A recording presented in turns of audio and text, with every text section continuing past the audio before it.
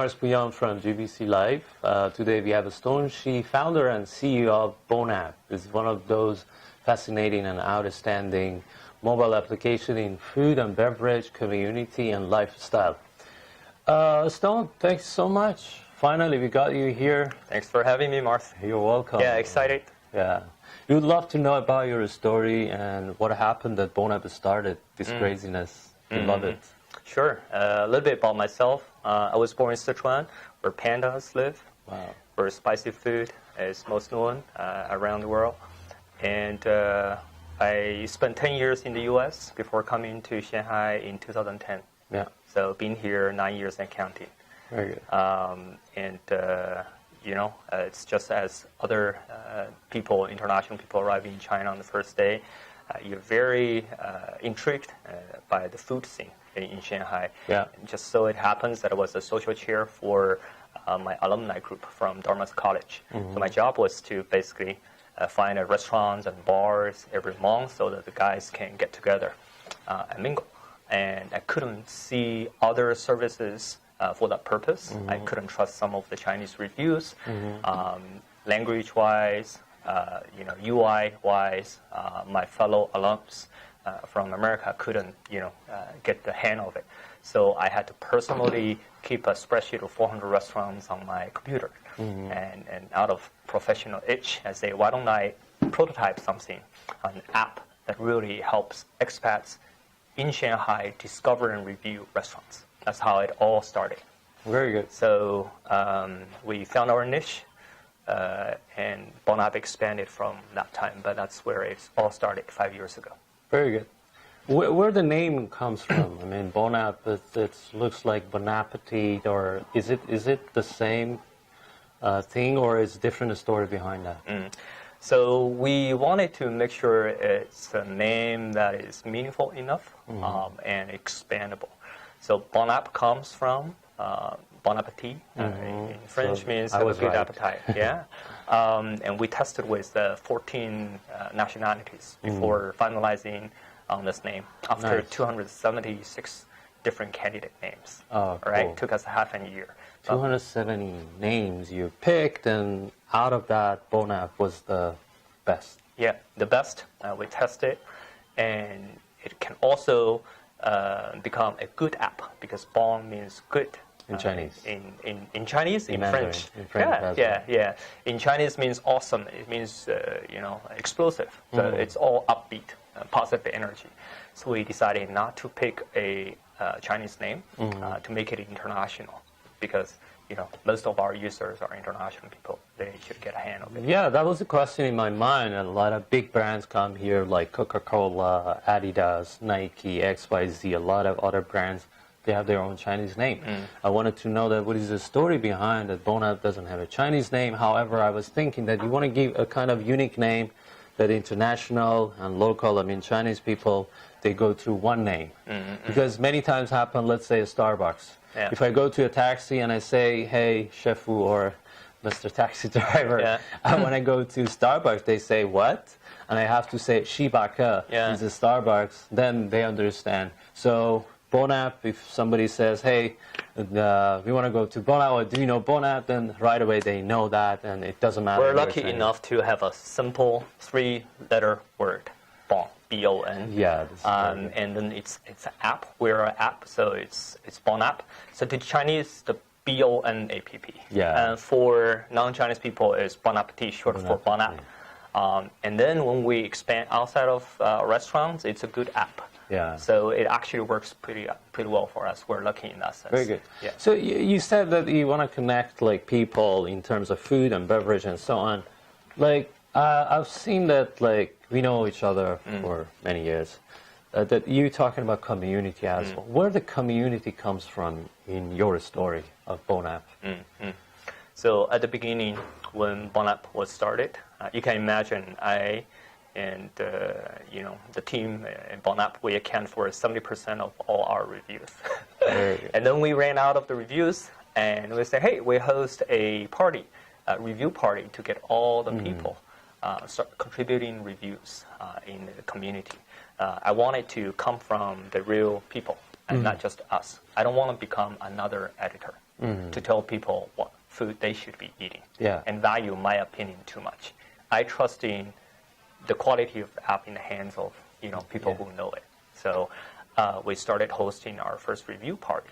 And that's all where it all started. It quickly got into a power user party and got into Bond Connect, monthly community events we have. In fact, we're hosting our Game of Thrones screening parties for 6 episodes. And offline parties are just part of the community to have people get to know each other, have a sense of belonging. Online, we also really value people's opinion, but what we do is using manual work, using algorithm, we curate the content from the people and then pick the best ones for their occasion. So online, offline, we start to get the trustworthiness of the community and it start getting into a positive loop. Yeah. Very good. I mean, how much Bon App is different from the time that you started and till now? I mean, how much is different? Is this a lot or it's kind of similar? How is it? One thing that is constant is food. So I guess Bon Appetit has that, you get it right away. It's a little bit about food. But at the beginning, I was just solving one single problem, helping expats in Shanghai find restaurants. And later on, we expand to 13 cities in mainland China, in Asia Pacific. And then later on, we expand to sectors other than just restaurants, into nightlife, gyms, lifestyle, schools, education, all this. And today, we want to bring people together over food and drinks to break the ice with food and drinks for international people. So people who typical profile would be expats, international locals like me, international travelers for business and leisure.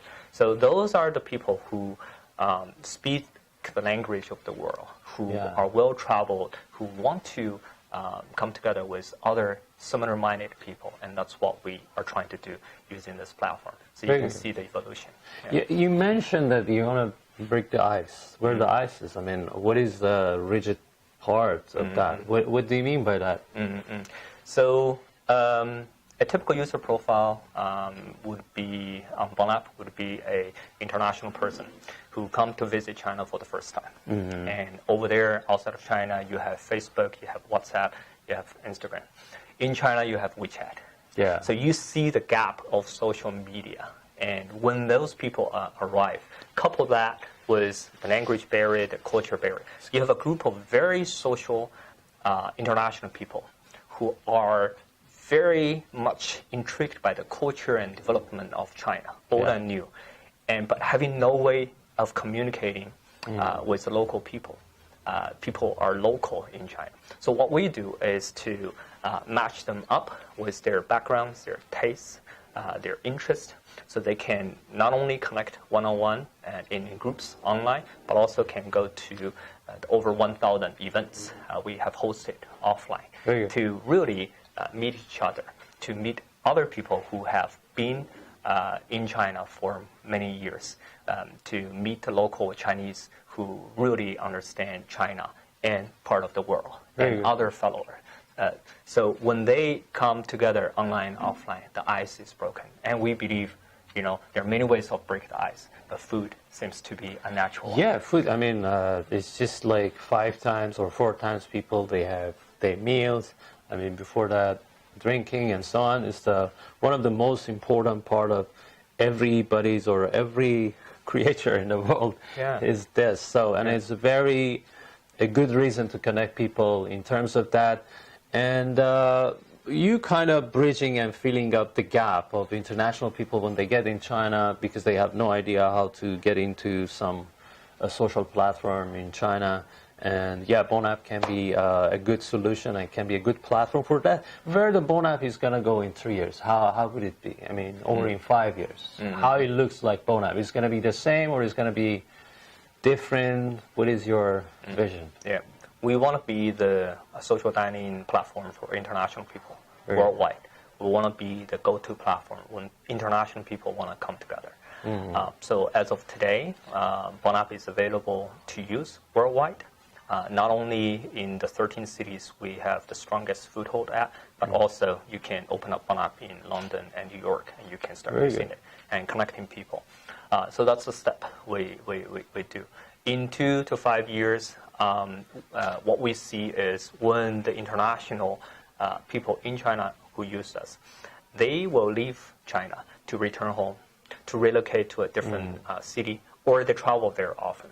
And when they do, we have an ambassador program to get them continuously involved, to recruit users, leave reviews, create meetups offline, and in return, they get points and become, higher up in Bon App system. And then this is how we see them as the catalyst group when they sort of branch outside of China.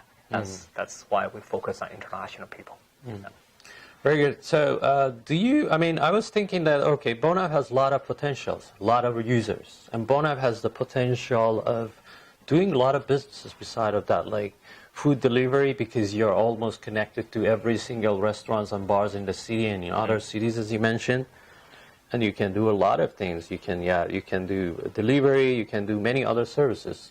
Not only bars and restaurants. Also, you're connected to other business sectors. Let's say SMEs. But let's focus on restaurants and bars and food community. And are you doing delivery stuff, or we work do with other businesses around, or it's just focus on just the community and so on?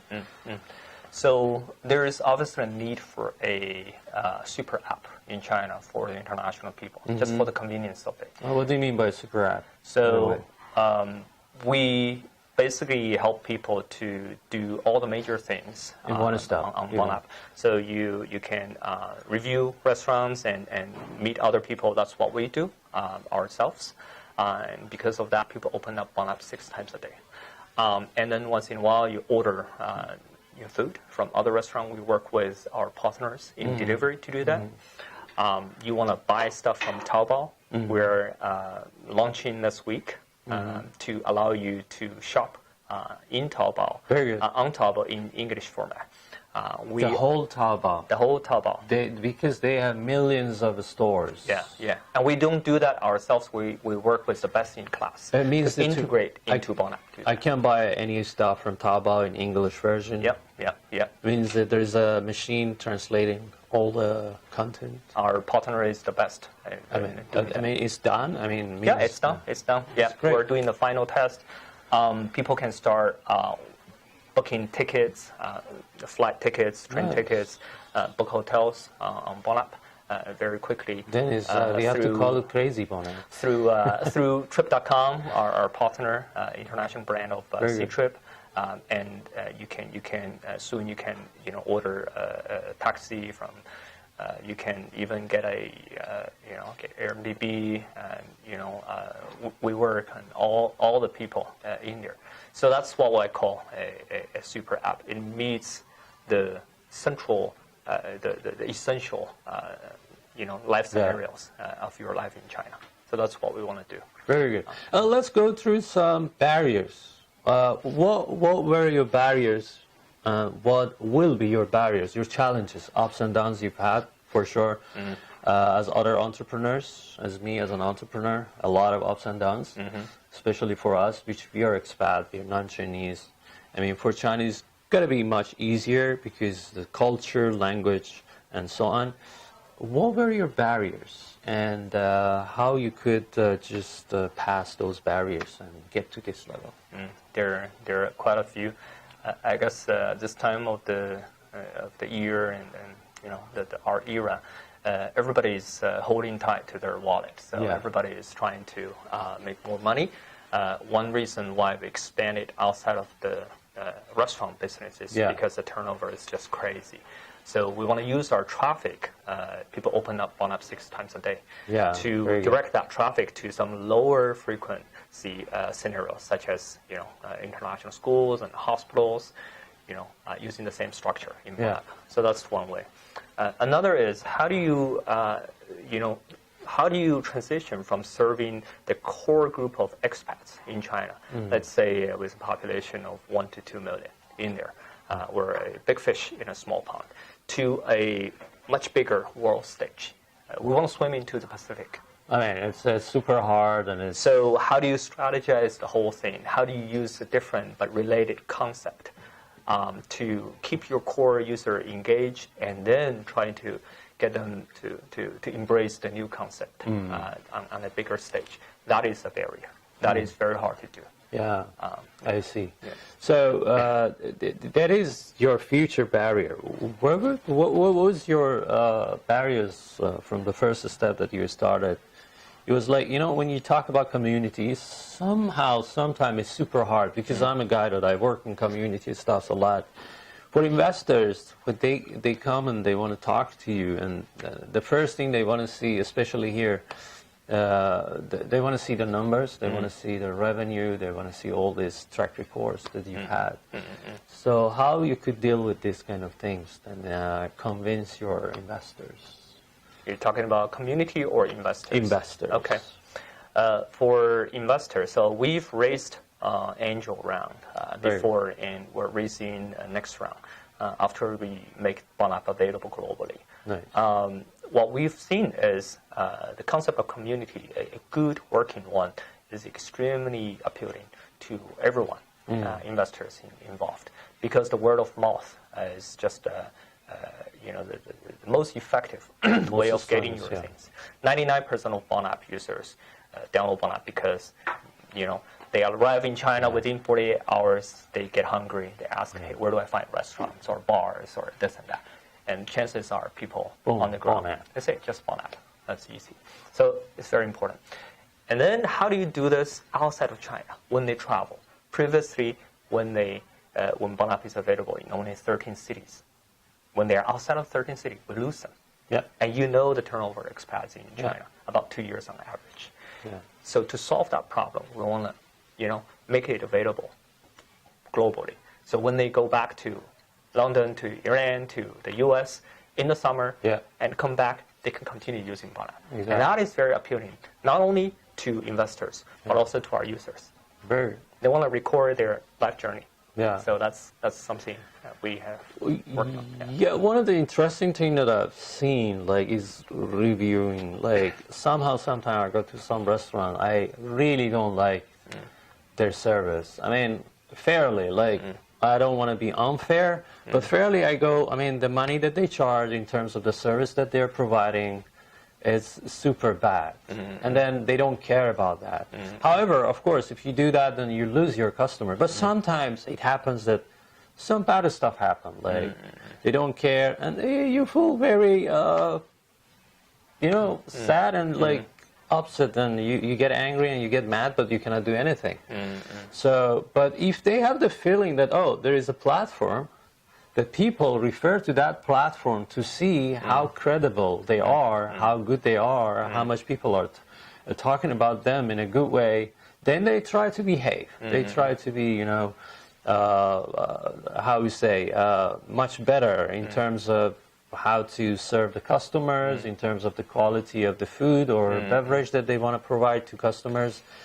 And in that term, how much Pouyan has helped customers, those who are in the community? That was the core problem we're trying to solve from day one.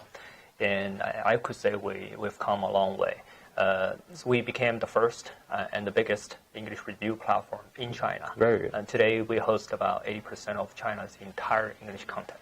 Other competitors, they try to build a review function for expats to review. It's there, nobody uses it. It's just a Matthew effect. Once you trust something, continue doing that.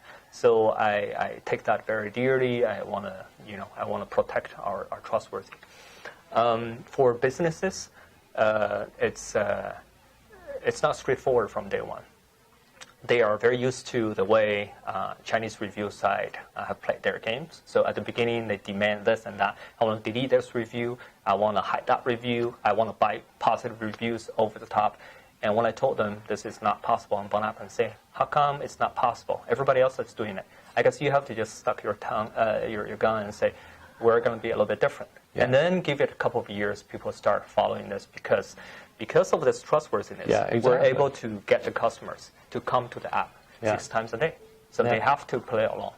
And today, we are very careful. Actually, we hide probably half to 2/3 of the content from Bon App before we make sure that it's from a real person, not just some friends of a bar owner who leaves a review over the top and never come back to the app. So we don't want that. Do you have a kind of reward system? Do you have a kind of things that just announcing the best restaurant, best bar, best whatever? Yeah. Do you have this kind of thing? Yeah, as a matter of fact, we have our Bon App Awards results coming in, if not this week, next week. Yeah, so it's user-generated votes combining, the WeChat votes and the votes and reviews from Bon App. And we have over 1 million users, and they voice their opinion. And it's not just some editor pick this and that. So we have that coming in the next few days. What is your competitive advantage to other competitors in the market, either local or international? So, which we know some of them. So, what do you think? So today in the future, we want to be the social dining platform. So I guess I can talk about, so let's say the travel players rarely are the bigger ones social. They're more about review and content, right? The Chinese lifestyle ones, they're just for Chinese, mass Chinese and Chinese traveling abroad. I guess number one is our target is the international people. That sets a tone. Yeah. Number two is for the traditional magazines and websites in China, either Western or Chinese. They focus more about from a content perspective, from an editor perspective. One editor reviewing every business in Shanghai, in Beijing, and tell everybody, hey, my opinion should be the most valued. But here is crowd. It's a crowdsourcing. It's a crowdsourcing, and we curate the content. We tell you, hey, those 500 people, 80% of them like this restaurant, and the 20% who don't, they have their opinions listed in here. You can watch. So it's an easy choice for people to believe in 500 or to believe in one. So that's our different approach. Yeah. Very good. As an entrepreneur in China, that you've done a great job. Like, is Bon App your first journey of entrepreneurship, or you've had other companies? I started my career with a startup company in Silicon Valley. Okay. Nice. Many years ago. I was number 7 and the youngest employee of the company. I helped the company go from Series A to Series B in a very crunching time in the tech history in Silicon Valley. Nice. And then when I came to Shanghai about 9 years ago, I also did another startup company briefly for just half a year. I just basically seen all the pitfalls and not try to repeat them in Bon App before I start. Very good. I'm going to ask you some questions. So how is it, like Chinese entrepreneurship ecosystem, like the trend of entrepreneurship started 10 years ago. And in past 3 years, 4 years, it got hot and hot and hot. And now this year, the market is not as good as other years. We know the reason. Do you see any difference? Like 5 years ago, it was not that much supporting system. There was no much incubators, accelerators. A lot of universities, they have incubators. A lot of governments, districts in cities, they have their own incubator. They have their own thing and so on. How is it the trend 5 years ago, now, and in 5 years? How would it be? What's your opinion? So 5 years ago, as you said very well, I agree. I think the main reason from the macro perspective is you need to employ young people, and you want to transition the Chinese economy from manufacturer-based to innovation-based. So hence the strategy. And now it's getting to the core of it. It's people's mentality. Shanghai is a city of peer pressure. Right? It's not a city where the cost of living really supports your entrepreneurship. It doesn't. Especially your mom-in-law. Yeah. So if you know what I mean. So from that perspective, people have to be comfortable with failing. People have to be comfortable and actually feel encouraged of failing before succeeding. And many times the city or different parts of the city does not actively encourage that. But it's changing a little bit. But you just have to have more stories of successful entrepreneurs, more Jack Ma's to encourage people. Hey, it's okay to have a dream. Yeah. Yeah, but I don't recommend international entrepreneurs getting in China unless they are in A level, like from zero level or I don't know, seed level. I don't recommend them to be in China. Tell me, or either you agree or disagree. Right.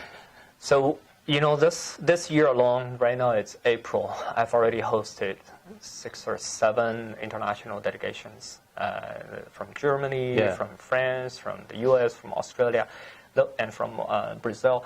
Those are the people coming to China for the first time. Wonder why and how things are done here. Yeah. So they want to talk fast. to people like me to bridge their cognitive gap. Let's put it that way. Because previously people are just trying to, hey, I have something that's working perfectly in my home country, and now I just want to copy paste. And then they realized, all the, at least the internet Western company that's failed in China, and the market is becoming so big and of its own. For them too big for them to ignore. So they want to come in here. So my advice usually to them is the hardest part is to unlearn what you have learned in your home country and start from scratch in here to really understand what Chinese customers really want. Because this is a country of its own. If you decide not to ignore it, play by this rule. And try not to be, too hung up by what you have accomplished before. And you might draw the same conclusion. But as I said to a second-generation family business owner from northern Germany just 2 months ago, I said, you just have to somehow put your mind away and try to understand from this. Yeah. And that is the hardest to do, especially for experienced people. Yeah, I mean, normally 98, 97 or 98% of a startup, they go to failure anywhere they are. But imagine if you're international startup, you want to come in China, it's going to go to 99.999 failure. But you have to be super lucky or super active, super smart. Smart, it doesn't mean that your IQ has to be super high or your EQ has to be super high. As a Stone said, you got to understand the market. You got to understand what kind of product fits the market and how you can convince your investors, showing good numbers, good track record, and so on. If you want to have your own way, a stubbornness that, I have to make it, no, they're wrong, I'm right, this is the way that we have to do, forget it. Yeah, it's super, super difficult. Do you have other points add on this? So I agree, and I support this notion of knowing where you come from and your core value. Yeah. You just have to unlearn. Especially as an MBA graduate, I found it's very difficult sometimes to unlearn all the things that's working for established, structured, big companies internationally, and do things from ground up. That to me is, as you said, it's a lot of times it's about how smart you are, EQ and IQ, but very first is to solve a real problem for this market. Exactly. It's the market. You cannot say, it works for USA, Canada, Europe, Australia, XYZ, Middle East. It definitely works here. No, it might not work here. A lot of international companies with the big money, R&D, XYZ, they came here and they went to failure. At least they were equal in terms of profit and loss, So, and they try to shut down and they go out. So, my point to a lot of international, I mean, there are a lot of delegation come here. More. I mean, my friends, like those who are in charge of those at delegation, they come and they tell me, Mars, try to be like kind of positive. I say, if I'm positive, but we don't want to waste their time, and we want to give them a story, what is happening, and then they face the reality, and based on that, they can make their strategy, decision, XYZ. Once they come here, they have to know, here is different, here things are different. Here, operation really matters. Planning comes with operation together. It's super interesting, it's super fast, and I love that. But now, when they look at it and say, China will never be like US when it comes to mobile payment. I don't know if US will ever become like in China when it comes to mobile payment and all this. So this is kind of pivoting. This is trying to pass it's a leap. It's a leap. So if you think about, China is just a country, 20, 30 years behind. In many senses, it's correct. But in some of the key strategic areas, you really have to unlearn what you have done before. Yeah, they're super smart. That's why they're the second biggest economy in the world, and it's not an easy job. If you want to get in here, you have to see that what kind of value, what kind of advantage, what kind of things that you can provide that local people here they don't. So this is a really very important point that we have to go through that. So at the end, what is your crazy entrepreneur in your mind? Who's the craziest entrepreneur in terms of your definition? And can you name anybody? I'm crazy enough myself. Awesome. Great. But it's not about how crazy you are. I value community because you have a group of people doing crazier things than you, and you don't feel as crazy. And that goes back to the point of the cultural acceptance and actually embracement. Right? It's okay. It's actually encouraged to do crazy things. Yeah. And if you have enough people doing that, you don't feel alone. That's very important. But to a lot of people, and this is my advice to those delegations, is to every major decision you make, be an entrepreneur, be how to become a good father, husband, boyfriend, girlfriend, you have to understand the overarching reason of doing it. The 51% rule, I call it. So you might have so many reasons not to do anything, but you want to make sure, do those reasons add to the 49% or 51%? As long as you have an overarching reason of doing something, all the stuff, no matter how big they are, that falls to under the 49%, and they're just noise. Yeah. And you just have to, keep doing what you're doing, and that it's crazy enough for a lot of people to realize. Yeah. Right. Thank you so much, Stone Shi, founder and CEO of